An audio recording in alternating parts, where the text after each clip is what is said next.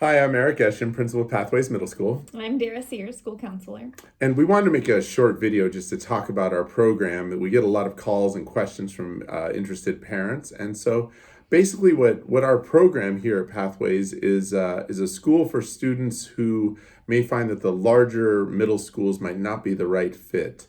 And so we're a smaller school. We have smaller class sizes. It's more one-on-one attention, and we really want to target the needs of middle school students. The magic of our program really comes from a few different things, and one of those things is that we don't do D's or F's here. All of our students, for each of their grades overall, and then each individual assignment, actually have to earn an A, B, or C. And what that tells us is that they've actually acquired the knowledge that they need, and we've been able to teach them in a way that they can learn. So anything that's a D or an F, we actually call it IP, which means in progress. So we're not done with it yet. So if they get an assignment on the first day of school and it's the last day of school and they still haven't completed it, we're still holding them accountable for that. We also have smaller class sizes. Right now, we're at a max of about 20 students in the classrooms. And in those classrooms, we have alternative seating. So we have the standing desks, we have small rocking desks, we have some wiggle seats, all different sorts of things that students can use to help them stay focused in class. We also allow our students to take porch breaks, which is one of my favorite things. So when they're feeling overwhelmed in class, each of our classrooms has an external door where they can just step outside, take a breather, kind of regroup, take a minute, and then come back and participate in class again. So it's the structure of our program is not only to have a maximum of 160 students, but to also give students the skills they need. So that's why we have a required study skills class in sixth grade, seventh grade, and eighth grade. And in that class, there is designated IP work times. They're working on that in progress work. There's also a designated silent reading time. And most importantly, what we're so excited about this year is implementing the Leader in Me program. This is built on Stephen Covey's 7 Habits of Highly Successful People. And what we've done is actually incorporated those concepts, and there's an entire curriculum with support videos to give students the skills they need, not only in middle school, but in high school and college and beyond, and really in life. So I think that it's the structure that we work to make it happen. So we do the traditional curriculum here, but we also add in those other pieces to try to fill any gaps our students may be coming into. And we can't meet the needs of all students. We do have a 504 case manager, which is me, an IEP teacher, full time special ed teacher, but we only have a part time para, full time safe school, and our SRO is only here a couple times. He's actually in charge of all the alternative middle schools, and our nurse is only here 4 hours a week. So the purpose of our application process is that we can actually make sure that we meet the needs of your students that are applying. And so we'll review those, and if there's anything that we can't meet, we'll be in contact with you to let you know why. So some other things that are different about our program. We allow students to start their own clubs here, and this is a fun process because if 10 students are interested in a topic and a teacher says you can meet in my room, that's a club. So our major clubs through the years have been more traditional things you think of, like a football club, our dodgeball club, but then you also have things like Magic the Gathering or our Dungeons and Dragons club. We have our anime club or our art club. And they kind of ebb and flow, like our Lego club or our Tech Deck club, our Pokemon card club. It just matters what the students are interested in, and then as long as they want to keep meeting, they do that. Our Spanish club's another one that's been going strong. So we really like students to kind of take those leadership opportunities and to be able to get people together with common interests. Outside at lunch, we have our football game that's always going on. Soccer's become really popular. Then we have more wacky things, like we have our scooter boards, so the kids are sliding around on their scooter boards. We also have our gardening club, and they started digging and building forts in this area that wasn't really developed, and kind of made these little like rock formations. So we like students to be able to play during recess rather than just kind of standing around and wishing for something to do. Our student council has organized already, usually it's 2 dances a year. We have our Halloween dance and our Valentine's Day dance. But then smaller things like a student this year was asking if they could have a microwave. And so students got together and we now have a microwave in our cafeteria. So it's nice when students can kind of take those opportunities to take the lead. One huge advantage that students love is we don't have assigned homework in sixth grade or seventh grade. We do have assigned homework in 8th grade because we need to get them ready for high school and college where there is homework. But by taking away that homework piece, we find that students can learn to ask questions in class, get the help they need, and not bring work home where they get frustrated or they're asking their parent for help and it's the new math and it's challenging. We really want them to get the help from the teacher who assigned the work so that also the teacher can learn how your student thinks. If they stay on top of all of their work, at the end of every quarter, we have our reward field trip, and the students pick where we go.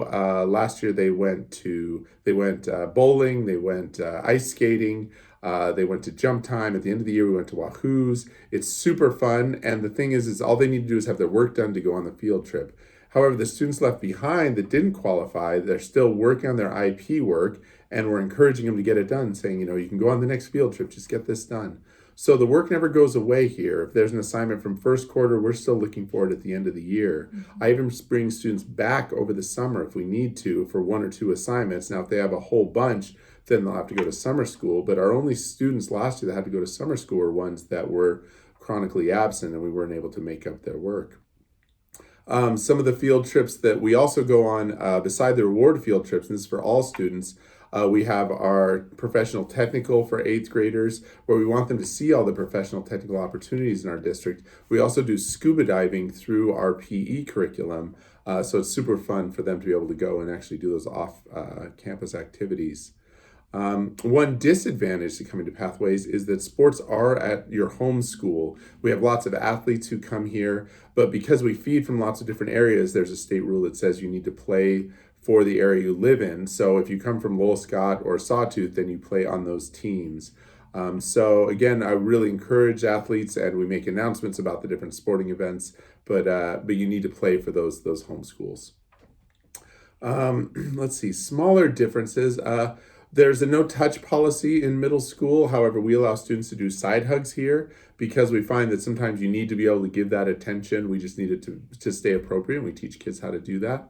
Also, things like, the dress code that is the same for all of the district, or hats on in the classroom. We enforce those rules here. I think that sometimes they let those slide at the larger schools, but we really do believe that those smaller things make a difference. On that note, what we found is that cell phone use and technology is a major distraction for our students. So we do not allow phones to be out before school or during lunch.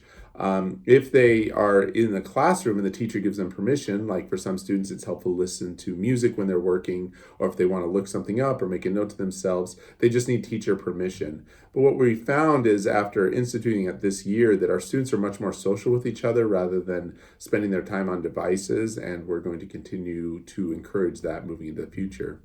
We do have the same lunch program as all the other schools. We just have 2 choices each day rather than 3 or 4 like at the larger schools.